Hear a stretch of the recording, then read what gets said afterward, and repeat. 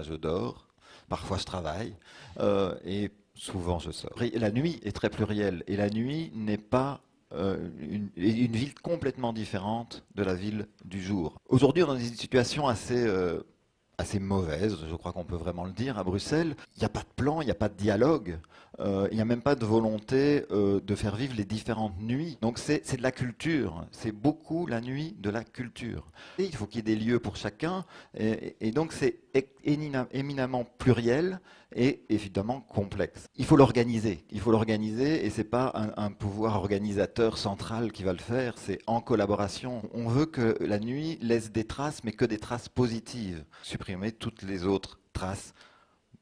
Pollution, donc pollution de bruit, pollution de déchets. Et on veut que ça redevienne un moment vraiment culturel, intense pour tout le monde.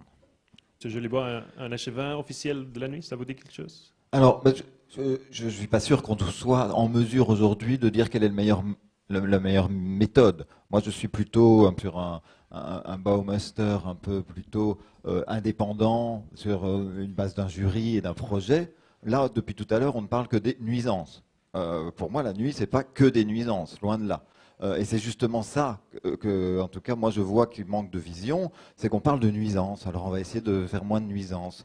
Mais non, on veut faire une ville qui vit la nuit, qui vit intelligemment la nuit, où effectivement on gère les espaces. Hein, quand on parle de Saint-Géry, c'est très flagrant en disant pour les habitants ça a été une vraie nuisance. À côté de ça, il y a plein de lieux qui ont périclité, qui ont été soit rachetés par la ville, soit n'ont plus les autorisations. La nuit, c'est effectivement pas que l'ORECA, mais c'est aussi l'ORECA, c'est la mobilité, mais c'est aussi les petits lieux, les -8, hein, le 8e étage en dessous d'un parking où des jeunes ados se retrouvent pour écouter de la musique, comme le Barloc, comme les jeux d'hiver. Donc c'est très différent.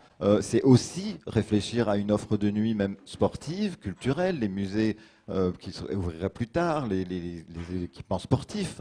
À Paris, ils en sont à envisager d'ouvrir jusqu'à minuit tous les espaces sportifs et les parcs. C'est tout ça la nuit, donc c'est pas que des nuisances, c'est pas que des problèmes. Alors oui, il y a des problèmes parce qu'effectivement, ça je le dis, il n'y a pas une vision. Donc on met un petit médiateur que personne ne connaît et qui a très peu de moyens.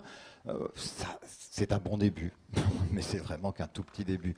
C'est pas que des soucis, c'est vraiment un projet. C'est un projet de vie. Mais il faut aussi se baser sur l'histoire. Enfin, je veux dire, les situations, pourquoi elles sont si différentes à Berlin, à Paris, à Amsterdam, c'est parce que le terreau était différent, l'organisation interne était différente. Je veux dire, Berlin, ils sont organisés à partir de 2001, à partir des clubs, avec une problématique à partir des clubs. La ville de Paris, ça a été une pétition de gens pas très organisés, mais c'est eux qui ont pris la main parce qu'ils avaient pas forcément d'interlocuteurs, et donc c'est eux qui ont été très du côté administratif. Amsterdam, c'est un peu un mélange des deux. Ici, ben, je sais qu'il y a des tentatives de regrouper certains organisateurs de soirées et autres, mais pour le moment, ça n'existe pas, et donc on ne peut pas les inventer. Donc c'est pour ça aussi que tous les processus participatifs, c'est aussi pour aider ça. Je veux dire, ici, c'est une énième tentative qui est beaucoup plus réussie que toutes celles que j'ai vues en 20 ans, mais on n'en est toujours pas là. Donc il faut aussi quand même, comme on dit, objectiver, réfléchir, co-créer, et pas simplement s'inspirer de quelque chose. Et donc, pour moi, la réponse, elle n'est pas aujourd'hui là. Voilà. Donc, je pense qu'on parle beaucoup sur l'organisation de est-ce que c'est un échevin, un beau master, un machin. On verra. Enfin, je veux dire, on a une vision, on l'a exprimée, mais on ne va pas passer le débat là-dessus, j'espère. Ok. Moi, je voulais revenir sur l'ouverture et la fermeture des lieux, parce que ça, je crois qu'on n'en a pas assez parlé. Euh, Delphine parlait bah oui, parfois ils ne respectent pas les normes et donc on est obligé de les fermer. C'est un peu court comme analyse. Bien sûr que c'est le cas, mais on peut peut-être les accompagner, on peut peut-être organiser pour que ce soit plus simple pour un organisateur d'avoir une checklist de ce qui doit être fait. Enfin, aujourd'hui, il faut courir de la région au SIAMU, à la ville. Certains permis n'ont pas de dépendance, donc on peut ouvrir un truc sans avoir le permis d'urbanisme. Enfin, c'est super compliqué. Donc ça, on peut aussi un peu faire de simplification administrative. On peut accompagner, parce qu'il y a tellement de lieux qui ont été fermés, il n'y a pas si longtemps, accueillir des grandes soirées sans problème, le congrès, on a parlé des caves de Kuregem, on a parlé, enfin il y a énormément de lieux où aujourd'hui il ne se passe plus rien. La Madeleine, on ne sait pas pourquoi maintenant elle est plus accessible. Enfin voilà, il y a vraiment... Donc il y a une vraie manque de volonté derrière pour aider à ce que ça revive. Les lieux sont là, ils sont vides, ils ne sont pas exploités. Il faut peut-être se poser la question de pourquoi. Alors oui, ils ne respectent pas les normes. Très bien. C'est un peu court comme réponse. La délocalisation des fêtes, bah oui, c'est bien qu'il y ait aussi des fêtes à Rennes, etc. Il y a juste qu'il y a une tendance, les gens la nuit se rassemblent au centre. Alors il y a plusieurs centres à Bruxelles, c'est déjà chouette, mais aussi c'est parce que la mobilité a été pensée comme ça, souvent de jour, et donc il faut l'adapter. Et c'est comme ça qu'on pourra effectivement délocaliser. Il y a eu plusieurs tentatives de faire dans des entrepôts un peu plus loin, etc.